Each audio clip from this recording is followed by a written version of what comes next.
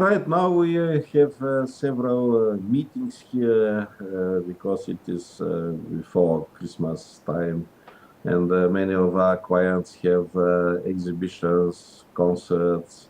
We run three different social services for people with mental health problems and with dependencies. So we are now organizing all these kinds of happenings around in the city with other organizations similar to us, with the municipality. So this is what we are engaged mostly in at this time. And today the first snow fell. Oh, good. Congratulations.